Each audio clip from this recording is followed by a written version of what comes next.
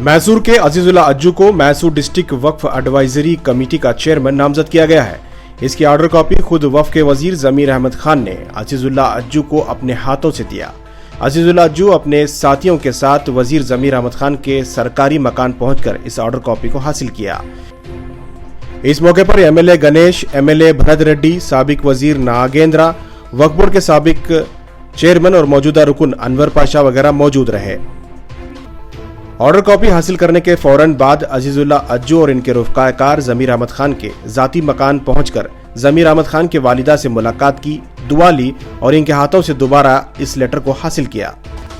वक्फ advisory committee की पूरी तफसीलात इस तरह से हैं। ऑर्डर कॉपी में अजीजुल्लाह अज्जू को चेयरमैन और वाइस चेयरमैन के लिए यसेर रहमान, मीर बहाउद्दीन को नामजद किया गया है। साथ ही मेंबरान में जहीरुल हक, शरफुद्दीन, मौलाना सैयद इब्राहिम, समीर अहमद जान, नसीर अहमद, असगर पाशा, अब्दुल सलाम, निसार अहमद, पी अमजद पाशा के नाम शामिल हैं।